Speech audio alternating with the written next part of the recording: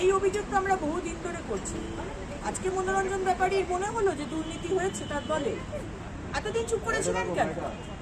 আপনার তো immediately resignation দেওয়া উচিত আপনার বিধায়ক পদ থেকে। আপনি বলে দিন আপনার সুপ্রিমোকে আপনি থাকবেন না। এর থেকে লজ্জার কিছু হতে পারে যে আপনি একজন বিধায়ক হয়ে আপনার এলাকাতে আপনি ঘুরতে পারছেন না? সুতরাং আজকে বাংলার মানুষ জানে যে আপনাদের মধ্যে এই যে ঝগড়া, খুন, মারামারি, এগুলো সব টাকার জন্য। আমার আপনার মতো মানুষদের কাছ থেকে, সাধারণ বাংলার মানুষদের কাছ থেকে টাকাগুলোকে চুরি করে নিজের পরিবারের ডেভেলপমেন্ট উন্নয়ন কি করে করতে হয় এটা টিএমসির কাছ থেকে শিখতে হয়। কে কত বকরা, কে কত সিন্ডিকেট চালাবে, কে কত তোলা তুলবে, কে কত কাটমানি নেবে, এইসবই নিয়েই আপনাদের ঝগড়া। সুতরাং মনোরঞ্জন দা এখন ভালো সেজে লাভ নেই।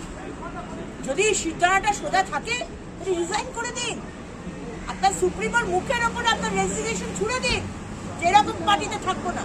কিন্তু আপনার সিদ্ধারাটা বোধ হয় আপনার সোজা ভয়, যে কারণে আপনি ক্ষমা চেয়েছেন।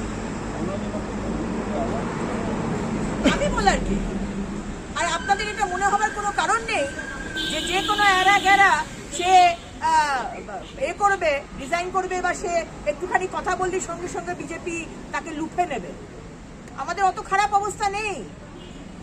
আর আমাদের মাথার উপরে শীর্ষ নেতৃত্ব রয়েছে। আমি একজন সাধারণ কার্যকর্তা, আমি বলার কি? আমার শীর্ষ নেতৃত্ব যদি মনে করেন তবে তাকে নেওয়া হবে বা না নেওয়া হবে। কিন্তু এরকম ভাবার কোনো কারণ নেই যে মনোরঞ্জন দা একটা দুটো কথা তার, এই তো দেখছেন অবস্থা। কালকে বললেন ঢুকতে পারছেন না, আজকে বলছে আজকে ক্ষমা চাইছে।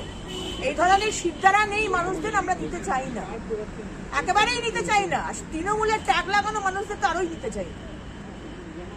সুজয় কৃষ্ণ ভদ্র নিয়ে যে নানা টানা পড়েন, অবশেষে তার ভয়েস স্যাম্পল নেওয়া হলো, ইডি আদালতেও তাই জানিয়েছে।